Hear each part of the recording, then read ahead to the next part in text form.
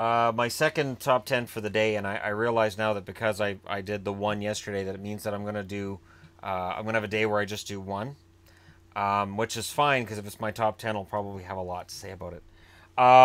Number 60. I'm a guy, so this has to be on the list. The Big Lebowski.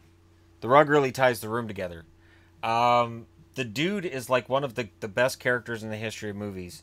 And since the Lebowski movie came out, every time I see Jeff Bridges in anything, he's the dude. It doesn't matter what it is, and I'll get to a movie of his that's further up on the charts in a bit here, but he's the dude.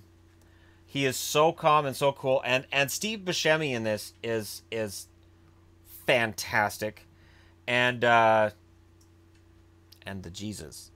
You guys all know what I'm getting to with that. There's some fantastic stuff in this. There's some really weird, trippy stuff in it as well. It's a really amazing. It's an amazing story, and it's a good drama, and the Germans are fantastic. Flea's fun in this too. Like everything about this movie is sort of kind of awesome. So, yeah, Lebowski. If you haven't seen it, and I'm getting into the movies now where we all know them. If you haven't seen them, odds are there's a reason you haven't seen them. So, 59. This movie would have been top 10 when I saw it. It might have been number 1. Braveheart.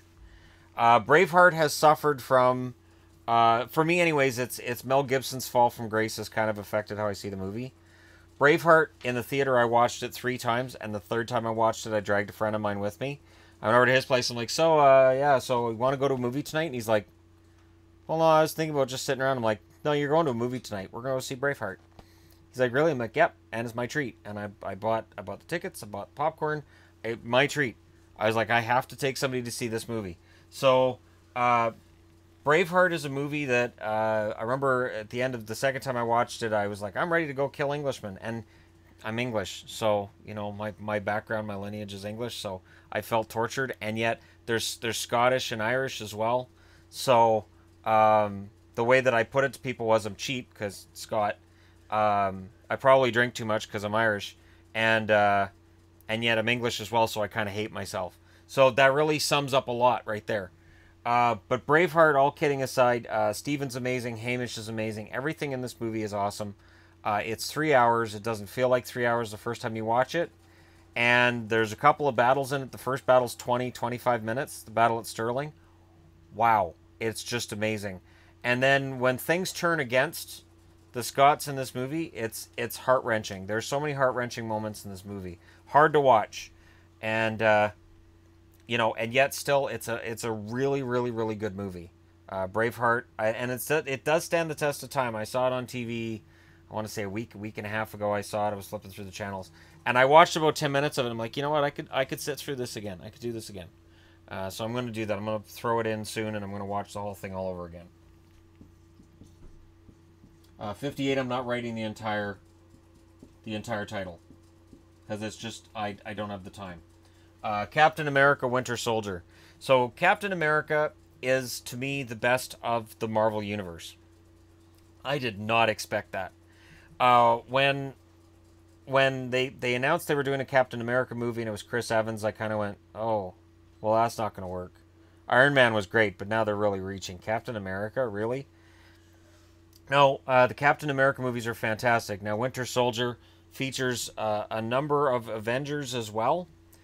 It's not really an Avengers movie, but it kind of is. This one and Civil War are both kind of Avengers movies. They do center around Captain America, but really out of the universe they've created here from Marvel, Tony Stark and Steve Rogers are the characters they've given the most depth to. They hold their own with any character on screen, and they're really, really well done. Captain America is simply, it's a ton of fun. It's something that Winter Soldier was really, really good. And I don't know, and I've got all 3 on this chart, but I don't know exactly. If I had to watch them all back to back to back, I don't know. Maybe I would come out with a different view of which one's my favorite. And to me, Winter Soldier's probably my 3rd favorite of the 3. I'm pretty sure if I look, I'm just going to take a look here and see. Yeah, I did do that. I was pretty sure, but I wanted to double check. This is the lowest scoring of the three, and yet it is a fantastic movie. I have it ahead of Saving Private Ryan, so we'll just go ahead and leave it at that. 57.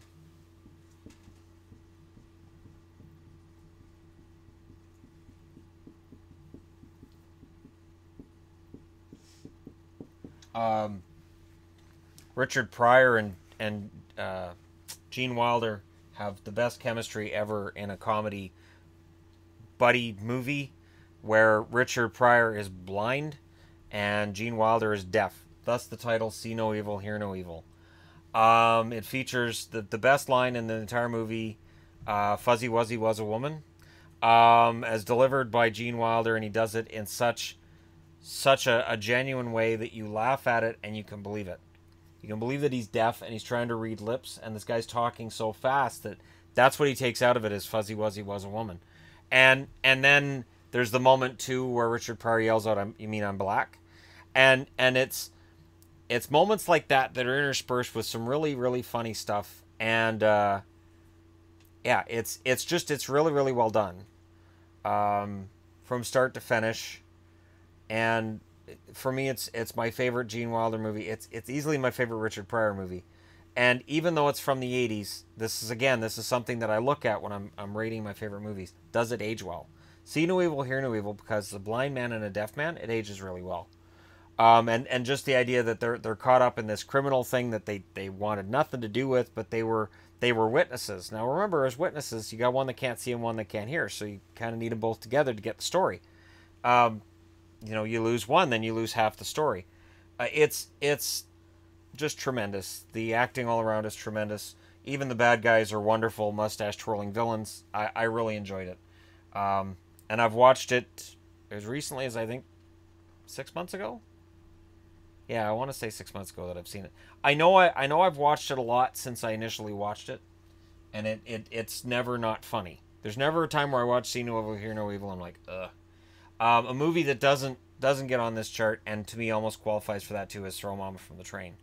And I know people can be like, why isn't Throw Mama from the Train on the chart? This is hard to get onto. It's tough.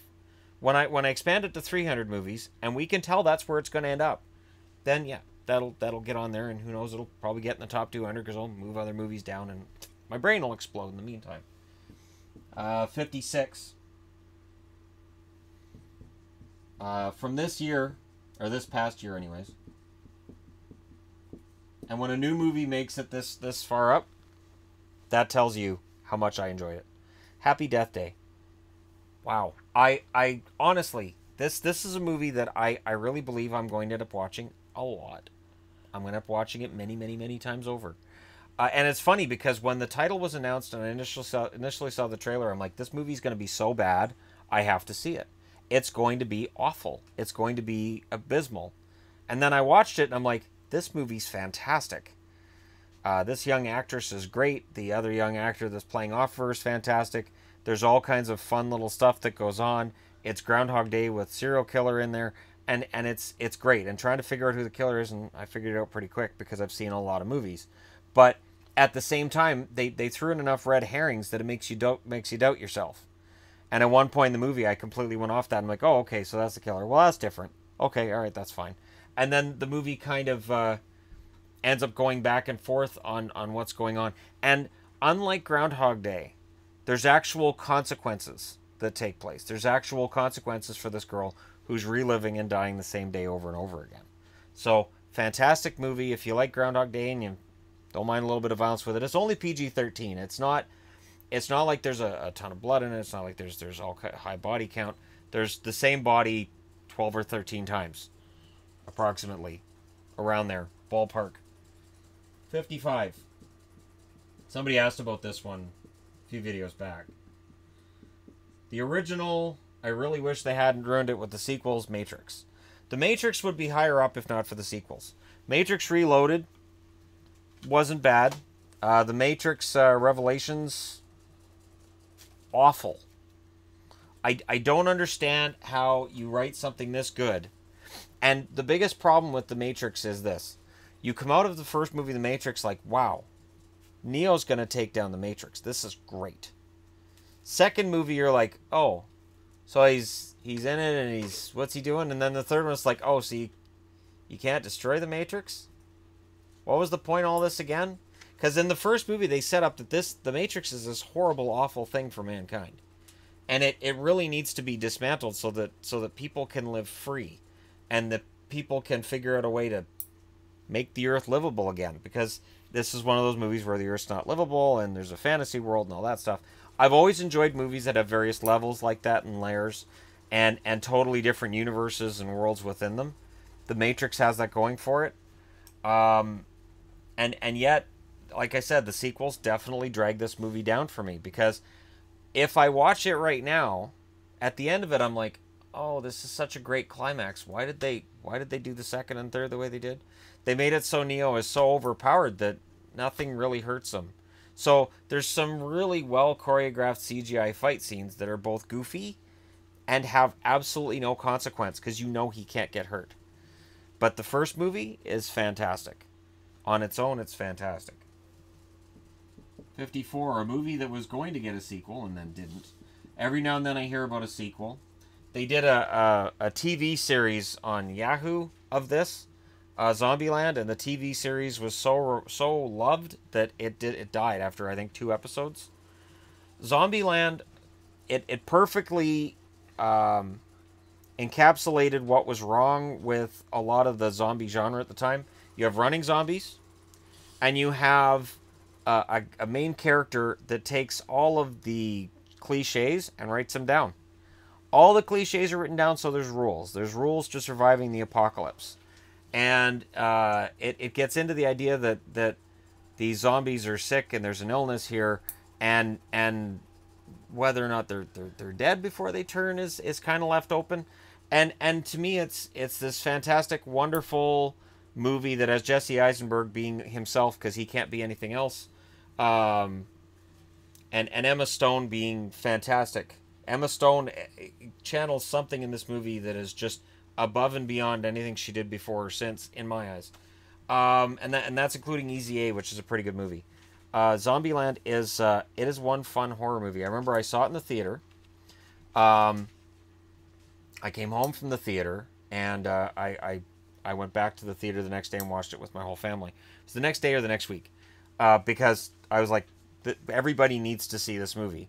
It felt like this is an important movie for people to watch, because I've had these rules with zombie apocalypses since the 90s.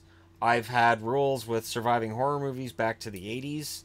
I had a list of 36 rules if you want to survive a Friday the 13th movie, which I threw away when the movie Scream came out, because basically it took a lot of those ideas and just put them right on the screen. So I was like, okay, I don't need to keep this list because everybody knows what it is now. And Zombieland does that for the zombie genre, and it is a genre. And it pays homage to the George Romero movies on some level, and yet it throws it on its ear by having the zombies running. I find running zombies to be, as long as it's done right, it's not silly, and it does add a more feeling of you got to do it now. They're not walking, they're not slow, they're running. So you whatever you're gonna do it now. And then there's 28 Days Later, which again is non this. 28 Days Later is often misconstrued as a zombie movie. It's not. Technically, these are people who get ill. The rage monsters is the term for it. They get the rage virus and then immediately turn. It's 2 seconds after you get infected, you turn. So that movie is terrifying on a whole other level. And 28 Weeks Later drags down 28 Days Later. And then they talked about doing 28 Months Later, which as far as I know is now a dead movie. I hope. Because 28 Weeks Later was pretty stupid. And 28 Months Later would be even worse. 28 Weeks Later takes the concept of 28 days and then just... Now it's a revenge thing. Like, it's really, really... Yeah, I'm not going to get into that. Let's just leave it with Zombieland's fantastic and just get away from that topic. 53. Going back to Stephen King, but going with a Stephen King drama. Green Mile. Green Mile is a movie that I've seen way too many times. Green Mile is a movie that I've seen or heard at least 20-25 times. And it's not a movie that works well that way. Green Mile, the first time you watch it, you're moved. I think I cried the first time I saw it, probably twice. It has this fantastic story to it. It is this amazing character arc you watch Tom Hanks go through. And it's fun in that one of the main characters is a mouse. Green Mile was released, of course, as a series of books by Stephen King, and it's brilliant. It shows if certain horror minds did drama as well, that you can get an Oscar level movie, and this definitely qualifies. There's really good lines in it. There's some good laughs in the middle too. It doesn't get so serious that it drags you down and you start feeling depressed watching it. But at the same time, then usually following those moments of levity, they'll just shock you right back into, oh, this isn't that movie. You're not getting off that easy. Here comes some more tension. So Green Mile is above and beyond a fantastic movie. Absolutely a fantastic movie. 52. This is again where I'm going to mention a movie that I know takes a lot of flack online, as Tron Legacy, and the fact that Tron isn't in here. The original Tron, I like it. It's okay. It's alright. I don't think it's a great movie. Tron Legacy is here for one reason: visuals. The story is kind of contrite. It's kind of... But the visuals, the soundtrack, the way that each scene and moves into the next, and the way that they bring the dude, I mean Jeff Bridges, Flynn, as it were, back into the movie. It's really, really smart. And then Clue, the way they write Clue. Yes, some of the CGI of Jeff Bridges to make him look younger is kind of off-putting. But at the same time, you're in the computer atmosphere, so you can kind of write that off and say, okay, well, the computer didn't know how to recreate him. Like, and again, I'm getting into some over-explanation to try to explain away some bad CGI. But, if you can get around with that, Tron Legacy has a nice feel to it. Olivia Wilde, of course. It's like directors sit down and they're like, all right, it's a sci-fi movie. We've got this idea, this concept. We've got these visuals. This is all great. We have to put a really good-looking girl in here. And we have to put her in a really tight outfit. All right, Olivia Wilde. And done. Signed off on that. And they're right. And yet, her character doesn't feel added on just for the eye candy part of it. And she's very good in it. In her limited role with her limited lines. And you feel real danger in parts of this movie, and I really wish they would do a third part. But I understand that Tron Legacy underperformed, and it is hard to justify doing a 3, and I heard they were rumored to be doing a 3 and a 4. It's hard to do that when part 2 underperformed at the theater. And I think it underperformed in part because look how many years there are between the first and the sequel. That's way too many. I think anything past 5 or 6 years, you're getting into a really kind of hazy area in terms of whether or not people are going to want to go and see it in the amount of numbers to justify the kind of clearly high budget that Tron Legacy had. But I watch it anytime I get a new high-def TV. If it's a better high-def TV, it's the first thing I put on. Because the first thing I use to test just how good my high-def is Tron Legacy. All right, 51. And I'll end on one that's probably going to be divisive as well. Just because it seems kind of silly to have this one this high up. Bassketball. Trey Parker, or Parker and Stone, however I want to refer to them. Honestly, comedy geniuses. South Park is quite funny, and it's quite funny 2 decades after it originally came out. And South Park stays edgy 2 decades after it came out.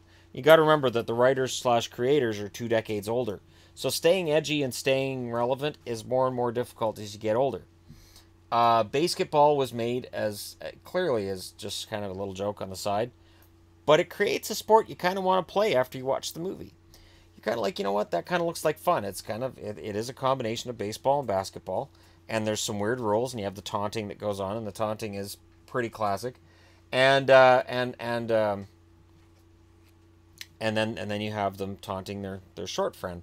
And as a guy who's short myself, I can understand both the teasing and the being teased part of it. So when they call him Squeak, yeah, that's about right. And he's funny in this as well, when he's sleeping in the drawer. And the guy's like, all right, Squeak, you're my best friend now.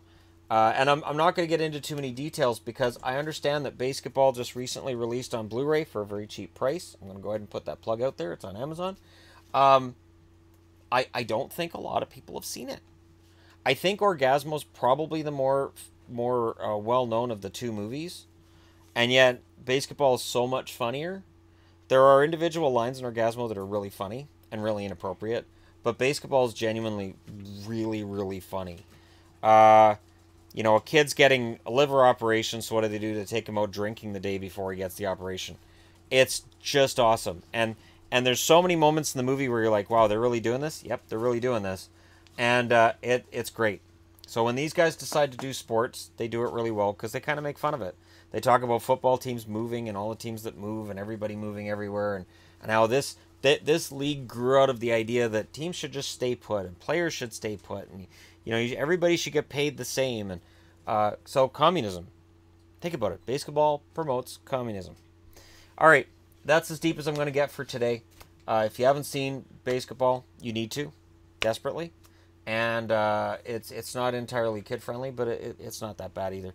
It's a great little movie. So thank you guys for watching. That brings us down. I'm into 50 from here.